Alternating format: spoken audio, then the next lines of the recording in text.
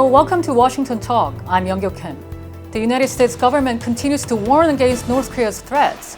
Following the issuance of a joint alert for an ATM cash-out scheme run by a North Korean hacking group, the U.S. government issued an advisory on North Korea's ballistic missile procurement activities. Despite the denuclearization talks have been stalled, the U.S. has not imposed any additional sanction on North Korea, but these moves are considered to be adding more pressure on the North Korean regime, and the regime keeps being defiant. Today we'll discuss how we should interpret the actions taken by the U.S.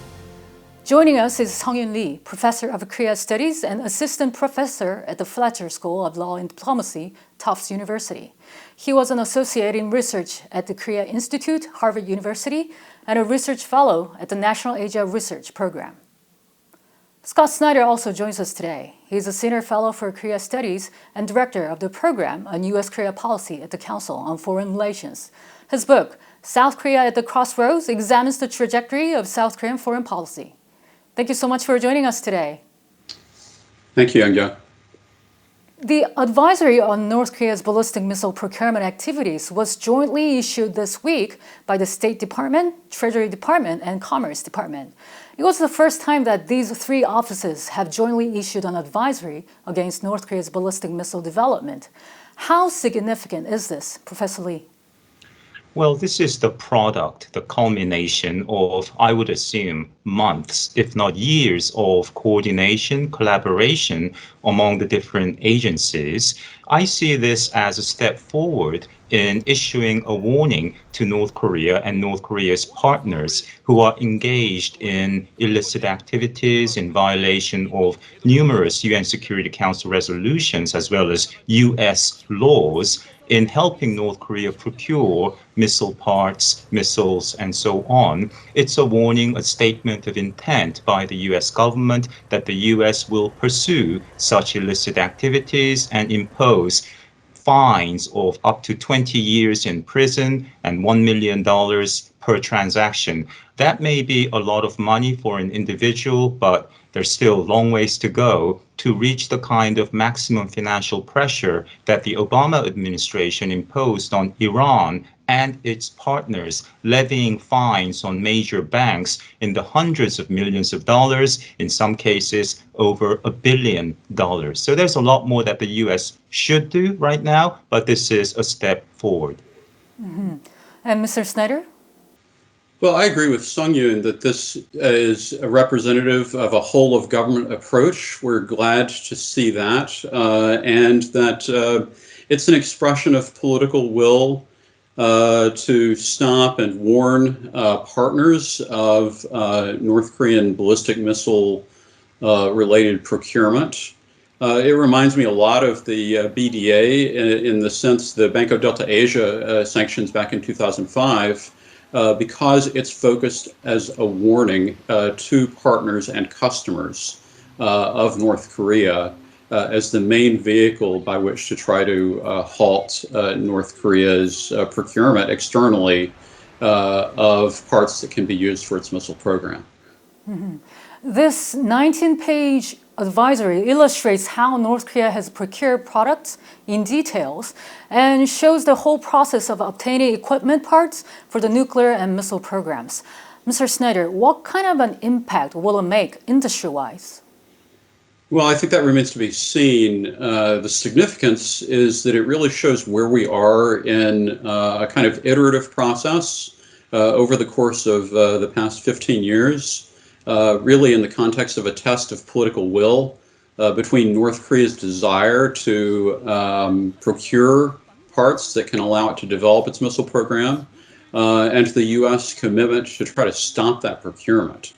And so we'll have to see. It's really, I think, leaves a deep impression that we have been at this for over 15 years.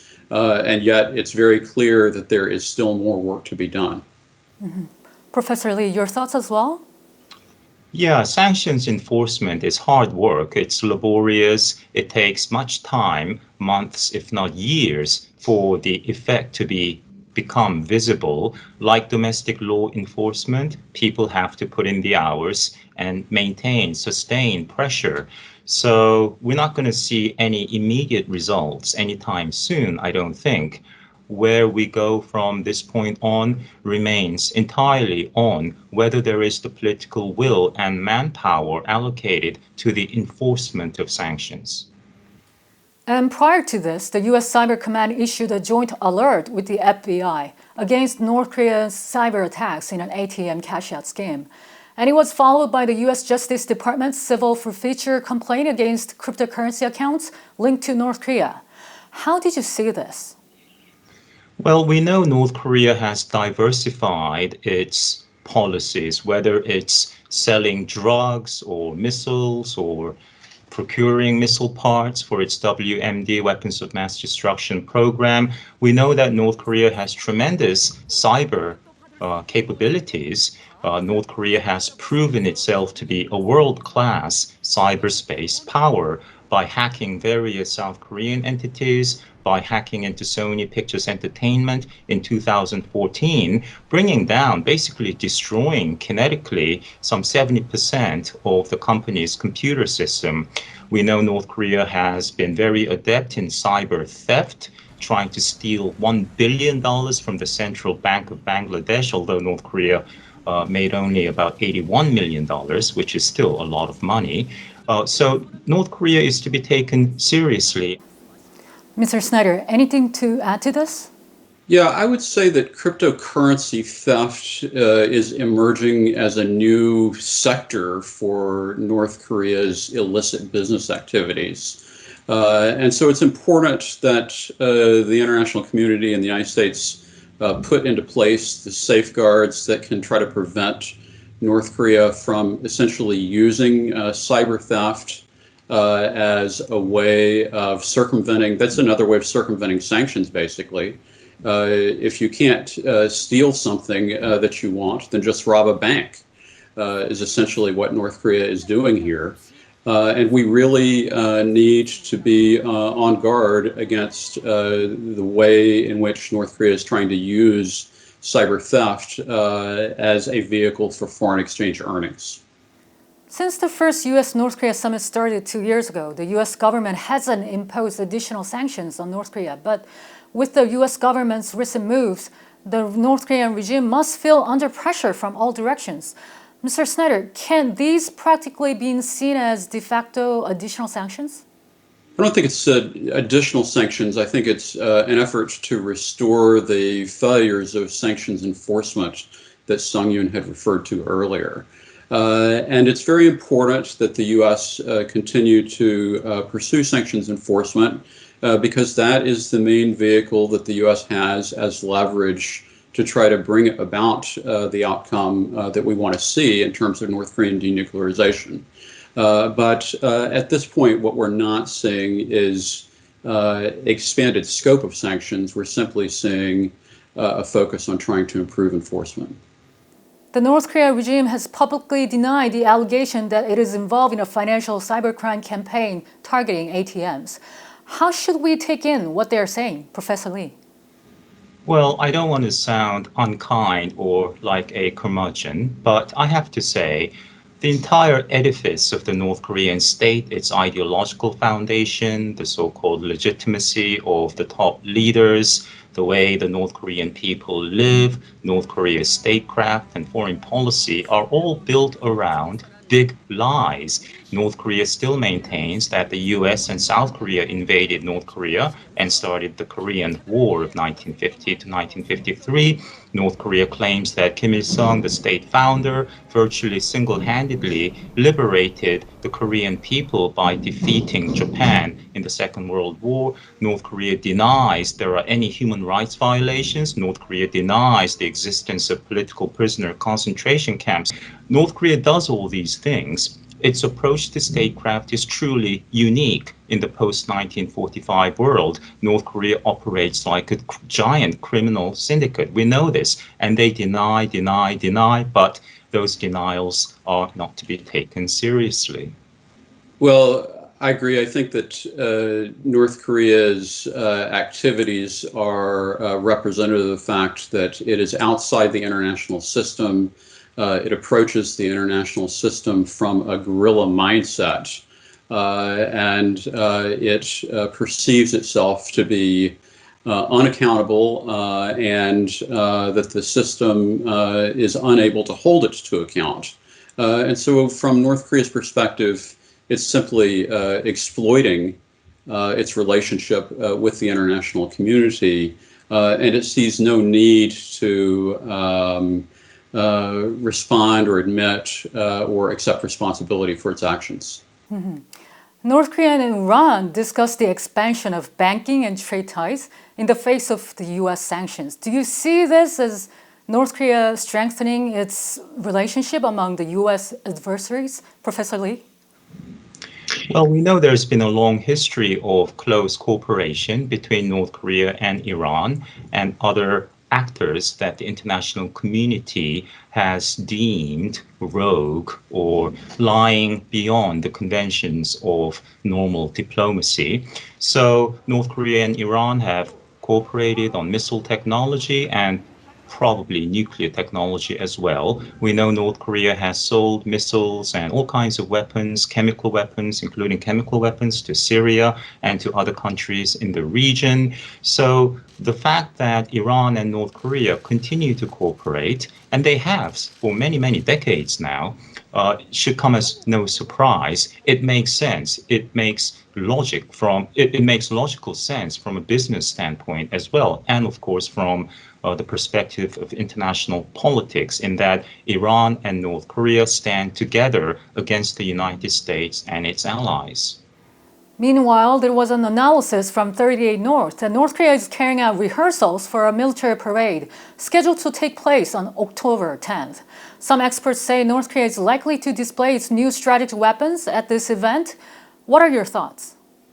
Well, it's often been the case that the North Korean strategy for deploying new capabilities begins with showing them off in parades and then proceeds to testing.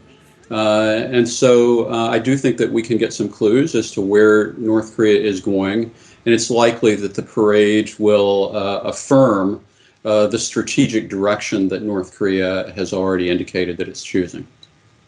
Back in April 2017, on the occasion of Army Founding Day, which North Korea back then celebrated on April 25th, North Korea showed the world huge canisters for ICBMs, and many were skeptical that they actually contained workable ICBMs. Well, 3 months later, not even, on American Independence Day, July 4th, North Korea conducted its first ever ICBM test, and Kim Jong-un said that this was a gift package, quote unquote, a gift package for American bastards, and that there would be more gifts coming America's way. And later in the month, in July, North Korea fired off another ICBM.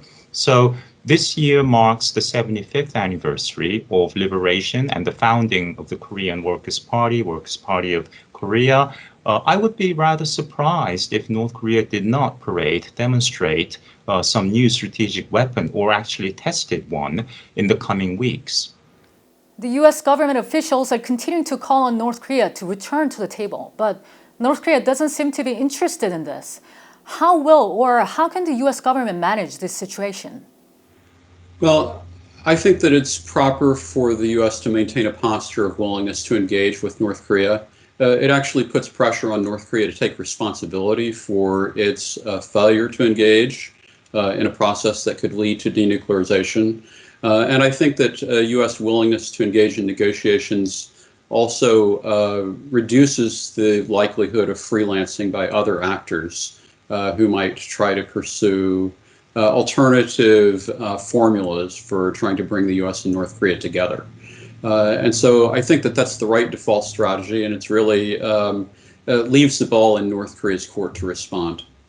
Mm-hmm. Professor Lee, your final thoughts. The conventional wisdom is that North Korea prefers the re-election of Donald Trump, with whom Kim Jong-un has made some kind of weird rapport. So North Korea is unlikely to resort to a provocation before the presidential election in the United States. I take a slightly different view. I think North Korea has really nothing to lose if North Korea were to test a major weapon before then. it would be a setback for Donald Trump. But people who will vote for Trump nonetheless. North Korea is a minor issue to the electorate. And even if Joe Biden takes office next year, North Korea has raised the stakes by a major provocation, putting more pressure on the new administration. And when North Korea chooses to be engaged once again, then it would be very hard for either Donald Trump or President Joe Biden to turn his back on North Korea. So I think North Korea has much to gain and little to lose by being a factor, being a thorn before the U.S. election. As many experts are suspecting that North Korea will try to introduce its new strategic weapon on its 75th anniversary of the foundation of the Workers' Party, which falls on October 10th, we'll have to watch what North Korea will come up with this time. Professor Lee and Mr. Snyder, thank you both very much. I appreciate your time today. Thank you. Thank you. And that does it for this week's Washington Talk from Voice of America. Please join us again next week for more analysis.